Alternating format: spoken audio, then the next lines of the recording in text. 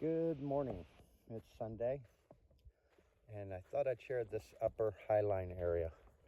So I call this the highline because this is the part of my property that either goes down to the wash or down into the center of our property.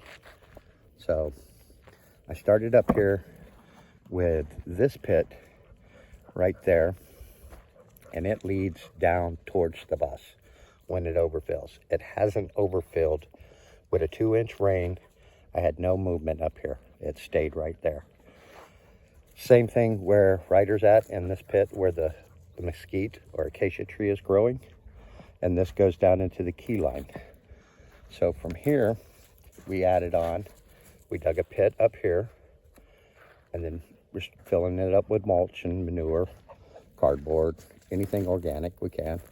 And it goes down through a series of small little bumps just to slow the water down into here where we're going to be planting out this fall.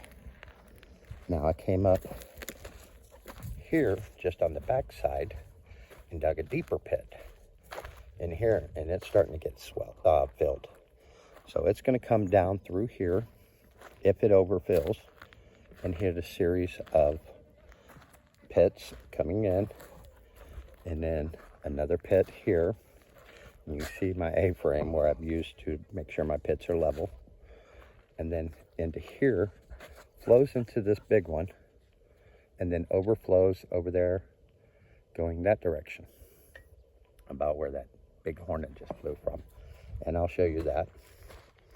Now, that sections off this area, so I can keep more water from moving. I want it to fall into place and just go, stay. So this was a new one we're digging. It's going to be a little bit thinner than that one, and it's going to go down this way. And it hits a series of bumps or whatever, and then lessen up, slows it down, and let it sit. Then it'll overflow into this area, which ties in to that area I just showed you. And it'll sit here, and it'll flow over, and it's going to go down and down till it hits our path right there. Then it's going to go this direction and back out into the main hose. So that takes care of pretty much everything from here to the bus on water. Now I did it this way instead of a bunch of big pits out here because I really didn't want a whole bunch of straight lines and a whole bunch of different, about like what I have up there, because I do want eventually some water to make it down, but not a lot. Harley, dog out.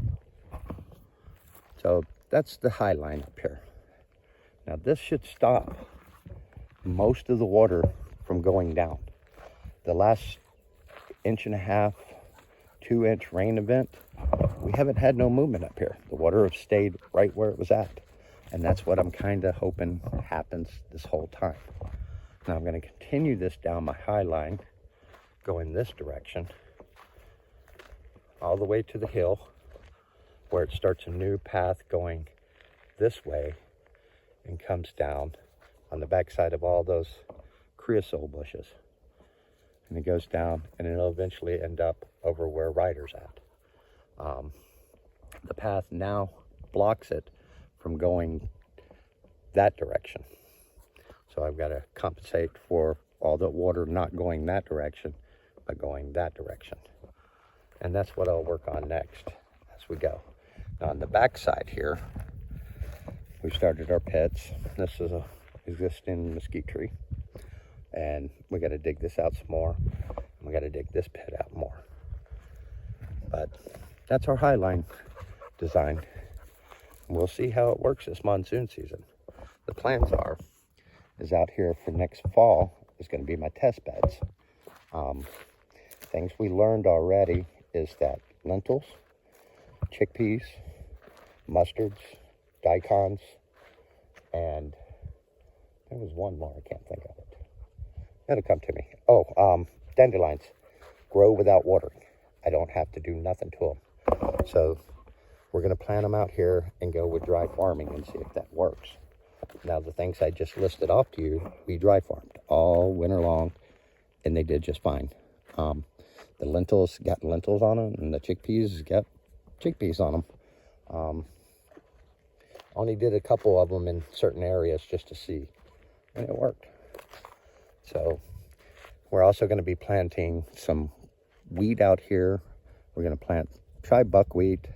We're going to try anything we can, to tell you the truth, just to see what works.